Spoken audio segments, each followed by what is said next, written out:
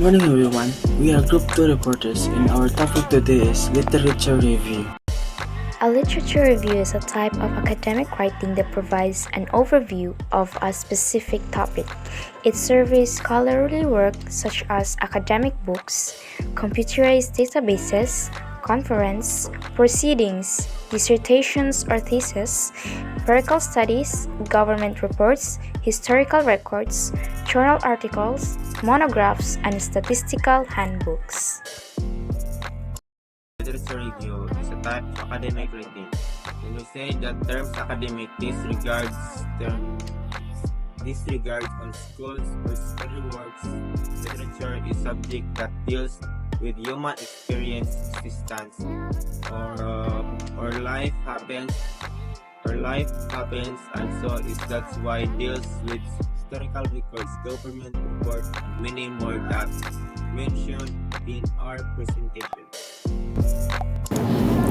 As an advanced form of academic writing, a literature review critically analyzes the relationship among different scholarly works and current work. It can be written as a standalone paper or as part of the research paper explaining a theoretical framework and related studies.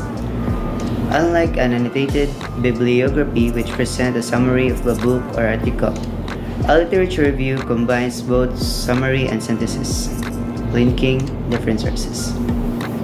So, overall in advanced form, this analyzes the relationship among different scholarly works and current work. So, gi-analyze ni ang connection ug ang relationship sa lahi-lahi nga scholarly works. And this can write a standalone paper since nag-explain ni siya sa uban nga work or studies like theoretical framework nga nasa atong research paper. What are the differences among an annotated bibliography, a book review, and a literature review? Annotated bibliography summarizes the references and explains how important they are in addressing the research questions.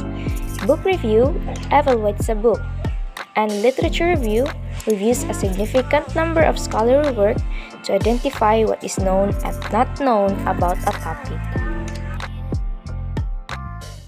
So here's another illustration and for a clear understanding. Annotated bibliography summarizes references, how important they are in addressing research questions. In book review evaluates a book. In literature review, reviews a scholarly work. What is known in a topic? What is not known in the topic? Doing a literature review will test your ability to seek literature efficiently and identity useful scholarly work. It will also test your ability to evaluate study for their validity and reliability. Since writing a literature review involves research, critical appraisal, and writing everything else included, the student may take 40 hours to finish with written literature review. So dili sayon ang paghimo og literature review since a student may take 40 hours estimation mga 2 days half. And diri ni siya matest og unsa maayo nimo pag edit useful ba na nga mga works of or dili thought also evaluating study if related ba siya o validity and directity is the what ba ni siya sa valid nga pwede paggamit or useful para sa imong literature review. So, literature review was the following rules. First, nag-justify siya sa research, question, method, and theoretical framework. Second is to establish kung unsa relevant or related to topic. Third, mga importance or as we say, necessary jud ang atong input para mas clear ang atong understanding since third topic can make it puzzle in or write a review. Fourth is showing reviewer familiarity and mastery of the topic. Fifth, establish the niche of the study, so we say niche is a place or position suitable or appropriate for a person or things. And the last is resolve conflicts among contradictory study. Structure of literature review. So in the introduction, it states what is the purpose of writing the literature review, and it also seems here the importance of the topic is next word to be scope review. So scope review means it is a type of knowledge synthesis that uses systematic and iterative approach to identify and synthesis and existing or emerging body of literature on what is a criteria used for selecting the literature, since dire na to makuha ang mga basis and display and introduction, the organizational pattern of the review. So connected yapon ni siya sa last lesson na to, since it still use different ways to organize the topic like problem solution. So, writing a literature review, there must be the introduction, body, and conclusion. Now let's go through the body. So the body here has historical background. So historical background, it states sa mga histories about that literature topic. Relevant theories, and so may mga theories that you can anchor in your review. And obviously, it should be relevant. Relationship among studies and how each study advance a theory. How this theory advance. In this case, pudita mag-state what is its relationship among those studies. Next is the strength and weaknesses. Under sa body, you can state unsa may weaknesses ani nga literature ug unsa iyang mga advantages to go with that certain context. Comprehension here is very crucial because if kasabot ka, you may able to determine those critically. Last, put some various viewpoints. Viewpoints on that topic means highlight the view of a certain literature. Now that we're done to the introduction and body, let's hop into the conclusion. So, the conclusion is the restatement of the main argument of the thesis. So, just like an essay, dili jud na to nakalimtan ang pag-restate sa atong thesis as a thesis statement because that is our main. Next is the main arguments and disagreements of the literature. Here, the writer states what he or she agrees or vice versa. Next is, what do you mean about standalone paper? Note that standalone paper refers to a research paper or academic article that can be read or understood independently. So, what do you mean about independent?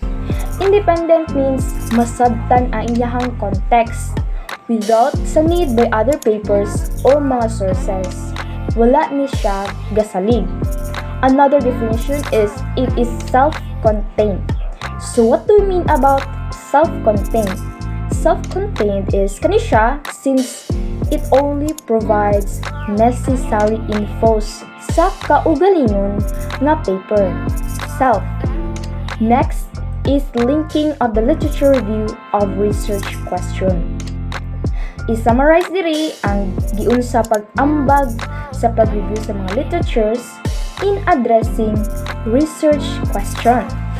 It explains how the findings from the review literature pag-inform sa imo mga nasabtan about sa topic. Lastly, overall perspective. So, diri mag-provide sa imong mga overall sa topic, and in this involves summarizing the key findings or mga suggestions for further research. So this is the three distinct part in writing a literature review, namely literature research, that gives the first step on choosing what text you would review, evaluating and analyzing, and the last but the core thing is writing the literature review. So first, the literature research is a term research. Mangita ta og mga literature nga ato ang magamit for writing the review. This may be adapt and familiarize sa format. Next is dapat mag-focus sa ato ang topic nga i-explain para sa clear pagsabot sa mas easy na ang pag-determine sa sunod-sunod nga ibutang sa review without mass interpretation. Third, dapat kabalo mo determine unsa na iyang mga source na imong gigamit, and it answer this following question like, will you focus on experimental studies or will you also include theoretical papers? So, in the fourth step, mangita ta og databases nga relevant pud sa ato ang topic. It includes broadcasts, Science Direct, and so on. As much as possible, i-appeal ang mga bases nga kanarang na-publish na sa mga top journals and publishers. Next is number 5. When we say relevant, it is a connected word or related word. So, based sa example, if imo topic is about drinking water crisis management, pwede ka mo gamit sa kaninga keywords like drinking water, water management, and so on. The sixth is we must always include landmark studies or papers nga related sa topic. And 7, need i-evaluate ang mga sources para sa coverage and currency, and always remember na kailangan focused ka sa topic. So the next is evaluation and analysis of articles. So once na naka-identify na ta sa or naka-obtain na sa mga articles na imong i-review, i-analyze usa nato usa isulat. And here are the steps. The first step is skim the articles and read their abstract. So we must pay attention to the abstract kay nag-provide ni siya og mga concise summary of the article's main point, research questions, methodology, and even key findings. Makatabang ni siya sa pagsusi kung relevant ba ni sa imong literature review.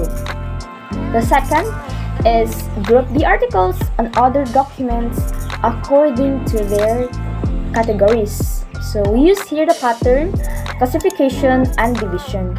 This is very helpful because once nga makakuha na kasi ng collection of articles, you can organize those based sa mga common o mga kaparehas like themes, topics, or research areas. Maka-help na siya sa pag-focus more on sa imuhang literature review. Third, take down notes. Noting detailed sa mga key aspects. Mo-focus na diri sa objectives by the authors ug sa ilahang mga explanations nga gina-provide. Take note also sa ilahang mga recommendations and their conclusions. Fourth, using a concept map sa pag-summarize.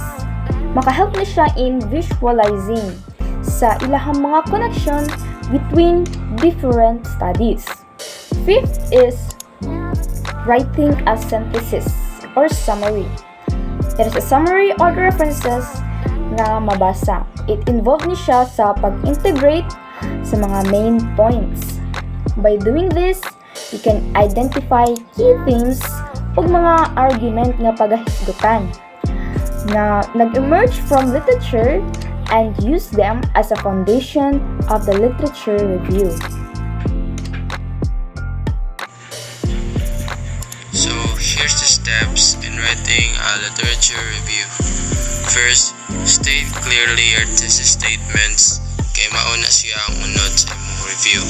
And para mag-guided na siya sa sunod-sunod mga paragraphs, and same sa examples, nagbutang ni siya sa iyahang thesis statements, which is about Facebook, and many educators have explored its educational use. Second, if what is put in your thesis statement, you must justify it. Third, I direct ang imong mga readers sa other nga mga related literature reviews. Fourth, never treat a literature reviews as a series of annotated bibliography. Both of them has differences. Fifth, mugamit og headings and subheadings para maklarp ang parts sa imong topic. Every paragraph dapat focus sa isa ka topic para mas dali masabtan sa mga readers. Sixth, use effective transitions to make your review easier to read and understand. Dapat sad be careful ta sa atong mga choice of words and use transitional devices that fit in connection every sentence. Seventh, organizing is part of it. It can be thematically, methodologically, or chronically. Next, use direct quotation, and lastly, ang paglaro sa mga importante nga mga definitions.